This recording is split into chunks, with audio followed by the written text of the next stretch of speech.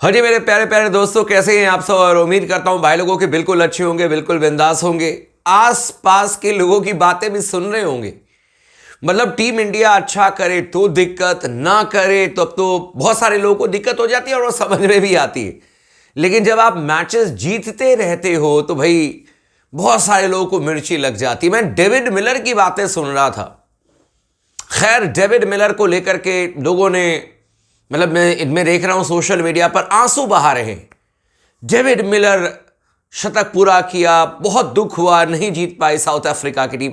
बहुत सारे लोगों ने, बड़े बड़े सोशल मीडिया एक्सपर्ट्स, बड़े बड़े साइज लेकर के बैठे हुए, बहुत दुख हुआ, वाकई में बहुत दुख हुआ। पता है डेविड मिलर ने क्या कहा? डेविड मिलर ने कहा कि मैं तो न्यूजीलैंड को बैक करूंगा, न्यूजीलैंड अगर हरा दे भारतीय टीम को तो मजा आ जाएगा। मतलब आप सोच रहे हो, टीम इंडिया जो बेहतर प्रदर्शन कर रही है उसके खिलाफ में सब बोल रहे हैं। और मैं अभी रिसेंटली एक सोशल मीडिया पर वीडियो भी देख रहा था, मैं आऊंगा अभी, कि न्यूजीलैंड की जो सबसे बड़ी कमजोरी सामने आई है वो मैं बताऊंगा, और किस तरीके से भारतीय टीम उस कमजोरी पर वार करने का प्लान तैयार कर रही है, और क्यों स्पोर्ट्स टॉक कह रहा है और कहता रहा है कि इस बार चैंपियंस ट्रॉफी हमारा है। 5 में से 5 मैच जीत करके चैंपियंस ट्रॉफी जीतेंगे और पूरी दुनिया को दिखाएंगे कि क्रिकेट कैसे खेली जाती है। हमें ना तो पिच से मतलब है, ना ही स्टेडियम से मतलब है। 10 स्टेडियम में घूमकर भी 10 मैच जीत चुके हैं और एक स्टेडियम में भी 5 मैच जीत सकते हैं। यह काबिलियत की बात होती है। चैनल को जरूर सब्सक्राइब कर लीजिएगा दोस्तों, वीडियो को आखिरी तक जरूर देखिएगा और लगातार बने रहे स्पोर्ट्स टॉक के साथ में। अपने दोस्तों के साथ भी चाहे तो जरूर शेयर कर लीजिएगा। सबसे पहले हम बात करते हैं मुद्दे की, और उससे पहले मैं एक क्लिप आपको जरूर, मैंने जो देखी मैं दिखा नहीं सकता, वहां पर आप लोगों ने शायद सोशल मीडिया पर देखी होगी। वो शोएब मलिक, पाकिस्तान का प्रोफेसर साहब, क्या नाम था, मैं नाम भी भूल गया, क्रिकेटर का, जिन्होंने ऐसी मतलब पढ़ाई लिखाई करवाई पाकिस्तान की टीम को क्रिकेट में कि ऑस्ट्रेलिया में जाकर के इन्होंने महाबेइज्जती करवा दी। इनको बनाया गया था, क्रिकेट एक्सपर्ट के तौर पर ये गए थे, है कि नहीं। और एक आध और इनके प्लेयर्स थे। सबसे पूछा गया कि भाई इंडिया वर्सेस ऑस्ट्रेलिया कौन जीते, कौन जीतेगा। भाई किसी ने इंडिया का नाम नहीं लिया, किसी ने नहीं, और सब हंस रहे थे फाइनल तो पाकिस्तान में ही होगा फाइनल तो पाकिस्तान में ही होगा, भारतीय टीम हारेगी, टीम इंडिया तो जीत गई। मैं यहां पर कोई ये नहीं कह रहा हूं कि पाकिस्तान वाले क्यों नहीं इंडिया का नाम ले रहे, मेरे को क्या मतलब है। लेकिन मैं कह रहा हूं कि जो लोग हमारे यहां पर भी बैठ करके David Miller, oh my God David Miller, वो डेविड मिलर पता है क्या कह रहा है कि मैं तो न्यूजीलैंड को बैक करूंगा, न्यूजीलैंड जाए तो मैच जीते। और मैं एक रियल तौर पर आपको बता रहा हूं, कल भी मैंने ये बात कही थी, आज भी मैं कह रहा हूं, डेविड मिलर की जो पारी रही थी वो अपने लिए पारी खेल करके गए। क्योंकि अगर कहीं से भी दक्षिण अफ्रीका को जीतने के लिए खेलना था तो या तो डेविड मिलर को ऊपर भेजते और डेविड मिलर ऊपर आकर के फायर करते।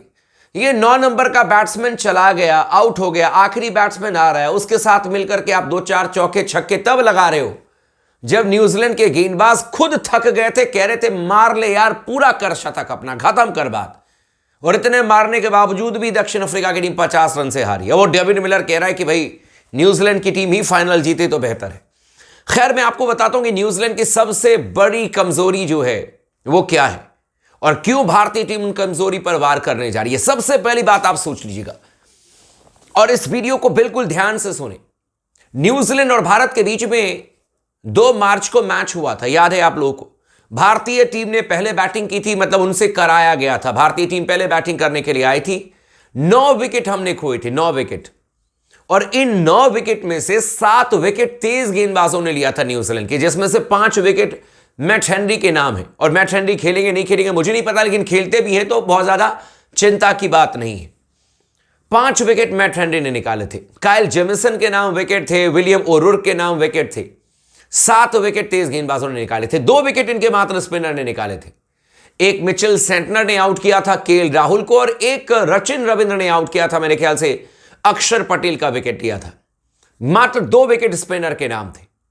और मैं उस विकेट की बात कर रहा हूं, मैं उस पिच की बात कर रहा हूं जहां पर कि दुबई में जो अब तक हमने 4 मैचेस देखे हैं उसमें सबसे ज्यादा टर्न न्यूजीलैंड वाले मैच में ही देखने को मिला, और सबसे ज्यादा विकेट जो है वो न्यूजीलैंड वाले मैच में ही स्पिनर को मदद पहुंचा रही थी। लेकिन न्यूजीलैंड के स्पिनर्स के नाम मात्र 2 विकेट थे, 1 विकेट मिचेल सेंटनर और 1 विकेट रचिन रविंद्र के साथ। अब मैं आपको बताता हूं कि न्यूजीलैंड की सबसे बड़ी कमजोरी क्या सामने में है। एक तो भाई साहब इनके जो स्पिनर हैं, इनके पास में मात्र 2 जेन्युइन स्पिनर हैं, एक ब्रेसवेल और एक दूसरा मिचेल सेंटनर, जो कि मुझे बहुत पसंद है। मिचेल सेंटनर और ब्रेसवेल भी अच्छे हैं और मैं न्यूजीलैंड की टीम की बड़ी इज्जत भी करता हूं। पूरी दुनिया ने भारतीय टीम के खिलाफ में कुछ ना कुछ उलझुल बोल दिया, न्यूजीलैंड वालों ने आज तक कभी कुछ नहीं बोला। यह बात मैं कहता हूं भाई, और मैं ऑन रिकॉर्ड कहता हूं, इनकी मैं बड़ी इज्जत करता हूं। लेकिन भाई साहब क्रिकेटिंग स्किल अपनी जगह पर है। न्यूजीलैंड के पास में मात्र 2 स्पिनर हैं जेन्युइन, एक मिचेल सेंटनर और एक ब्रेसवेल, और दोनों को भारतीय टीम ने आखिरी मैच में बहुत बेहतर तरीके से खेला। लेकिन हां, यह मैं मानता हूं कि इसका मतलब यह नहीं है कि अगले मैच में आकर के वो हमें परेशान नहीं कर सकते, बिल्कुल कर सकते हैं। लेकिन आपको यह भी समझना पड़ेगा कि पिछले मैच में भी ये दोनों खेल रहे थे और दोनों ने मिलकर के 20 ओवर की गेंदबाजी की, मात्र 1 विकेट निकाला और 1 विकेट आपके रचिन रविंद्र ने निकाला।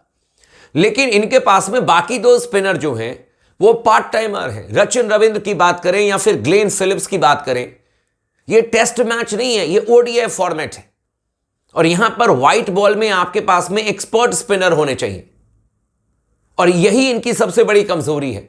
दूसरी बात यह है कि अगर ये एक्स्ट्रा स्पिनर को कहीं से खिलाने का मन भी बनाते तो इनके पास में ऑप्शन ही नहीं है।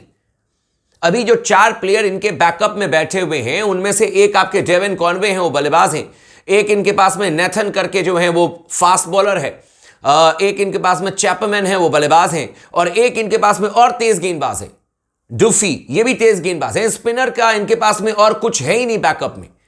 जो 2 स्पिनर हैं जेन्युइन, वो दोनों खेल रहे हैं, 2 इनके पास में ऑलराउंडर है जिनसे ये गेंदबाजी करा रहे हैं। इसके अलावा इनके पास में कुछ भी नहीं है और यही सेम प्लेइंग 11 के साथ में न्यूजीलैंड की टीम हो सकता है कि आपको खेलते हुए दिखे। लेकिन भारतीय टीम के पास में इसी कमजोरी का फायदा उठाने का सबसे बेहतरीन मौका है। और फिर भारतीय टीम अगर जीतेगी चैंपियनशिप, जैसे ही हम जीतेंगे फिर से दुनिया आकर के कहने लग जाएगी, वो भारत जब गेंद कर रहा था तो स्पिन ज्यादा होने लगी, न्यूजीलैंड जब गेंदबाजी कर रहे थे स्पिन नहीं हो रही थी। वो इसलिए लोगों को नहीं दिखता है, चश्मा लगाना चाहिए, क्योंकि भारत के पास में फ्रंट लाइन 4 स्पिनर हैं। हमारे पास में वरुण चक्रवर्ती, कुलदीप यादव, अक्षर पटेल, रविंद्र जाडेजा, ये फ्रंट लाइन 4 स्पिनर हैं। और अगर कोई ये कह दे कि अक्षर पटेल और आपके रविंद्र जाडेजा तो ऑलराउंडर हैं, बल्लेबाजी भी करते हैं, तो इसका मतलब ये नहीं है कि अक्षर पटेल को आप ग्लेन फिलिप्स की तरह मान लो और रविंद्र जाडेजा को आप रचिन रविंद्र मान लो। भाई ये दोनों गेंदबाज, मतलब मैं कह रहा हूं कि ग्लेन फिलिप्स और रचिन रविंद्र से तो बहुत ही बेहतर गेंदबाज हैं, बहुत आगे हैं और कंटिन्यूसली मैचेस में गेंदबाजी करते हैं। और यही सबसे बड़ी कमजोरी है न्यूजीलैंड के पास में। मोटे तौर पर स्पोर्ट्स स्टॉक कह रहा है कि न्यूजीलैंड के पास में स्पिनर कोटे का मात्र 20 ओवर है, मात्र 20 ओवर, इससे ज्यादा नहीं है न्यूजीलैंड के पास में। 10 ओवर मिचेल सेंटनर का, जिसको कि आपको संभल करके खेलना पड़ेगा। और उनकी गेंद बाय द वे बहुत ज्यादा स्पिन नहीं करती है 2-2 हाथ, but he is a beautiful bowler, बहुत गजब के गेंदबाज है। वो गेंद को बहुत ज्यादा लूप देते हैं, हवा में गेंद को छोड़ते हैं, ड्रिफ्ट होती है गेंद, स्पिनर की गेंद हवा में ड्रिफ्ट होकर के आती है। दूसरी बात यह है कि वो अपने स्पीड को बहुत ज्यादा मतलब वेरिएशन देते हैं स्पीड में। अचानक गेंद तेज आएगी, फिर गेंद एकदम ही धीमी कर देंगे, फ्लाइट में बीट करेंगे, आपको चकमा देंगे। जैसे आपको याद होगा उन्होंने चकमा दिया था, गजब का एग्जांपल मैं दे रहा हूं, आप टेम्बा बाउमा को देख लो, पिछले मैच में जैसे कदमों का इस्तेमाल किया था, गेंद तक नहीं पहुंच पाए थे, लगा कि शायद पहुंच जाएंगे, नहीं पहुंच पाए थे। तो ये उनकी खासियत है भाई साहब, उनको संभल करके खेलना पड़ेगा, ब्रेसवेल को संभल करके खेलना पड़ेगा। लेकिन इनके पास में मात्र 20 ओवर के गेंदबाज हैं, दैट्स इट। इसके अलावा स्पिन कोटा इनके पास में है नहीं और यहीं पर भारतीय टीम इनके खिलाफ में आप देखना शिकंजा टाइट करते हुए नजर आएगी। बाकी आप लोग भी जय हिंद जरूर कमेंट सेक्शन में लिखिएगा, चैनल को सब्सक्राइब कर दीजिएगा, वीडियो को लाइक कर दीजिएगा, लगातार बने रहे स्पोर्ट्स टॉक के साथ में।